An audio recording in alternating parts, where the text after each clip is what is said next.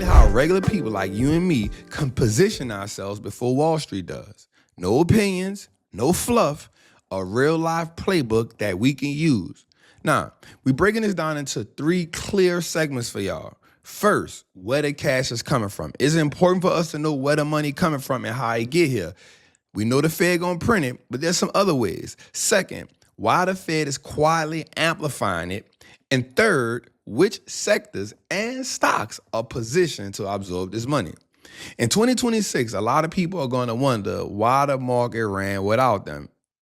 Not because they were stupid, but because they didn't understand how money actually enters the system. So, man, make sure you like, make sure you subscribe, and make sure you just get your penny in your package. This is one of the ones you're going to watch a few times.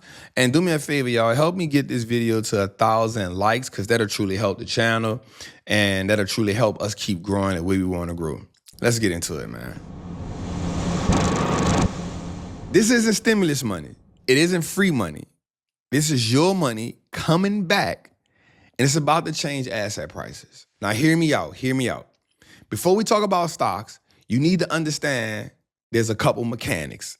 And the reason why we understand this is because you'll never look at war and you'll never look at tax refunds, rate cuts, or feel the market after this video. I promise you. So I want to get those little mechanisms understand for us. Now, let me show you what's happening and how we can position ourselves before it becomes obvious for everybody. Now, here's what we do understand. Every major conflict ever studied eventually traces back to what? Power. And in the modern world, power comes from energy and oil. So this isn't new. We've seen this before. We've seen it with Gaddafi and Libya, how they control all outside of Western systems, and they wanted to unite Africa under a currency, gold. You know America didn't like that. Second, we saw it with Saddam Hussein, Iraq, threatening oil price and power. And now we see it with Venezuela. They sit as the largest oil reserve on earth. Now, when a country controls energy outside of the U.S. influence, it becomes a geopolitical problem. Not because of ideology, but because of leverage. And that's what this is all about, y'all. Now, let's think about this. Here's the numbers. Venezuela represents 300 billion barrels of proven oil reserves at about $17 trillion. United States, 68 billion barrels. Venezuela is the #1 global oil reserve in the game, ahead of Saudi Arabia, ahead of Canada, and ahead of Iran. Venezuela isn't poor because of lack of resources. It's poor because, well, energy hasn't been monetized right. You had some government officials in play that wasn't really working the way they should be, and that's why it matters. And so we've heard Trump numerous times say they stole our oil. So he didn't hide his motive in this one. So we're going to have U.S. companies making money from this country's oil again. This is Trump words, not mine. And we'll run things until it's stable. This is Trump words, not mine. That's not a code language. That's a strategy statement. That's somebody saying exactly what they're going to do, why they doing it. Now, this isn't about a regime change for values. It's about reasserting energy influence. Now, we got to think, we got to remember this, y'all. America is going to always be at odds with China. And China has been slowly positioning itself to be a more friendlier state, right? Now, here's the part that a lot of people are going to miss. For years, China has extended billions of dollars in loans to Venezuela. Those loans were repaid in oil shipments.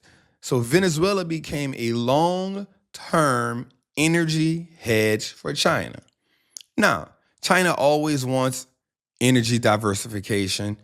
That helps with AI manufacturing. That helps with data centers. That helps with cheaper power. Venezuela was a future supply pillar for China. Now, any disruption forces China not to really scramble, but, it just kind of messes up what they have going on. So now they may have to go back to the Middle East, Africa, Russia, often at somewhat higher prices. Now, here's what I want you to understand. This going on with Venezuela does not hurt China by a big shot at all. Like, they only represented a small part of this. But we did hear China come out and say, yo, we oppose this, yo. Like, we ain't in agreement with that. Of course, they're defending what they have. We should expect them to do that, right? The accusations of sovereignty violations, claims of destabilization, and claims of opposition to U.S. involvement, like, they didn't like it because energy insecurity is a national vulnerability. Now, I need us to understand this. I'm not in this game to be like, oh man, that ain't fair, this and that. Like, I get the people who feel like that, and I'm not on either side. I'm just saying, like, we live in a world where, like, we know what America do, y'all. Like, we've watched them bully for years. We live here and we watch them bully us. You know what I'm saying? And this is the game of power. So I'm just saying, like, we only have control of what we have control of. Now, let's get a little deep into this. AI will require massive data centers, continuous power, redundant grids, cheap scalable energy.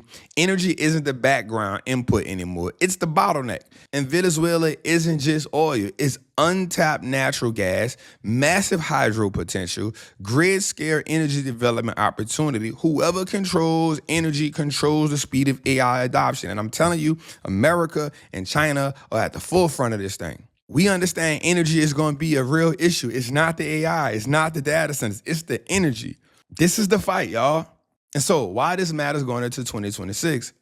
Well, this is why energy, infrastructure, and AI are converging.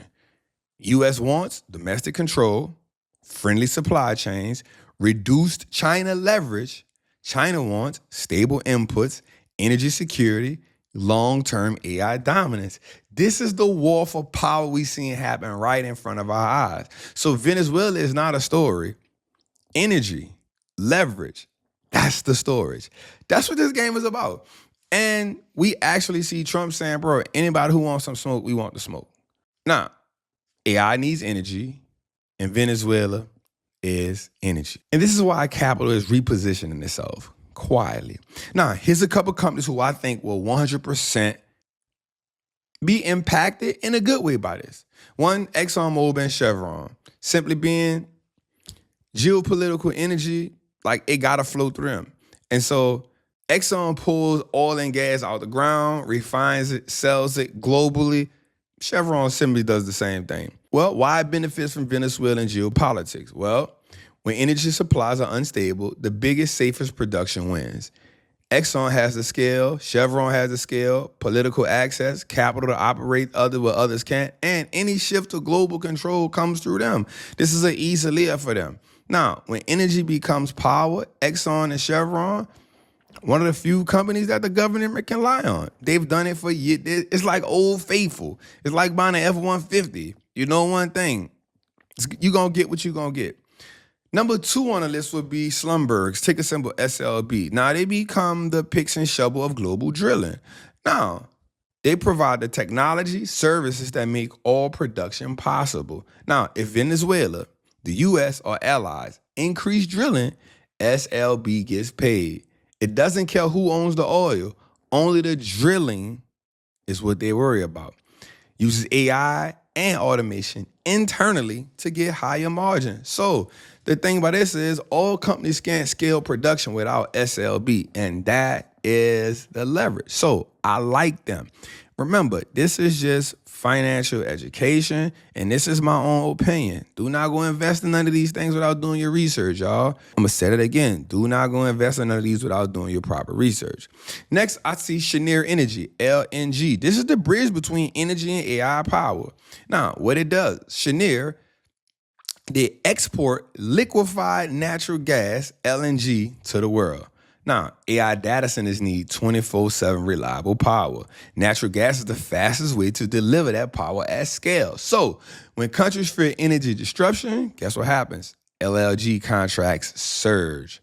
Now, here's why this is really, really critical. Because AI runs on gas, electricity, and reliability. These are some of the companies that I think truly could benefit for this. Now, we're going to go deep into this because I want to get on some charts. I want to show you a couple of things. But the last company that I got to talk about is GEV Vernova, ticker symbol GEV. Now, this is the grid builder for the AI age, right? This is one of the best moves that GE ever did when they broke these companies up, right? And shout out to GEV, they gave me my $500,000 play in 2025. Whoop they do. Got that back. Now, GEV Vernova builds power generation, equipment, turbines, and grid infrastructure. AI data centers are overwhelmingly old grids. So power generation, transmission must do what? Expand. Government and utilities are forced to spend money. This company is just keeps beating, keeps dominating. You can't scale AI without rebuilding the grid. Got that out of the way. Let's talk about the second part of why the money floodgates are opening up. And here's why I think, and we see this. So we understand that Trump had what's called the big, beautiful bill. And the most important part isn't the politics. Again, it's the mechanics. So let's take the noise away and get to what's really interesting here, what I saw. The bill didn't just change taxes going forward. It changed taxes retroactively. Now, this is a key. Now, I remember when I was going to court and I was fighting my charges. Anytime you heard the Supreme Court or somebody overturn something retroactively, you love that idea.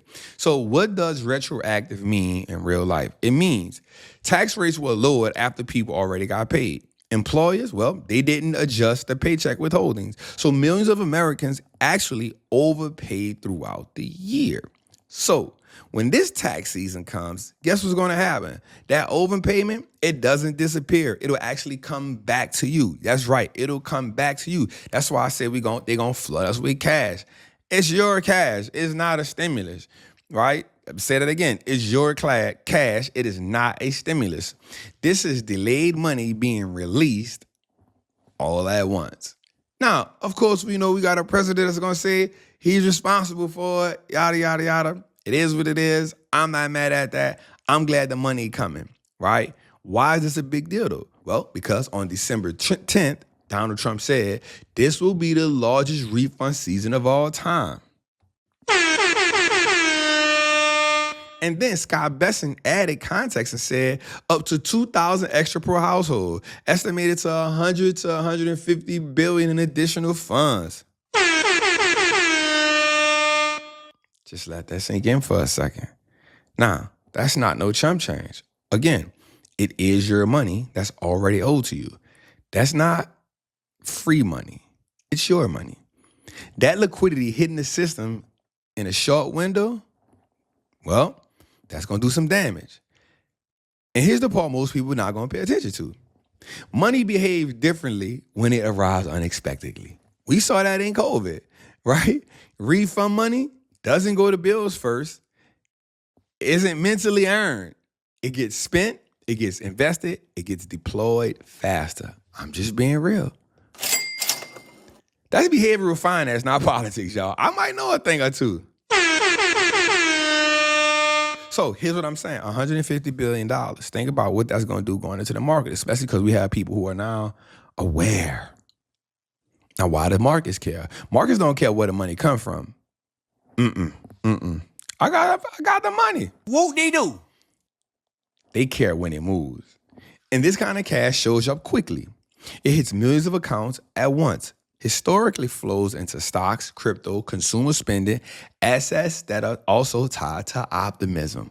Why? We see right now, here's the stat. More Americans are invested in the stock market. What do we hear Donald Trump say? We want to get that up even higher. What do we hear Scott Besson say? We want to get that up even higher. They said it's in the conference. So that money doesn't sit still. It moves. And when it moves, it looks for assets. So this is how reflective rallies start.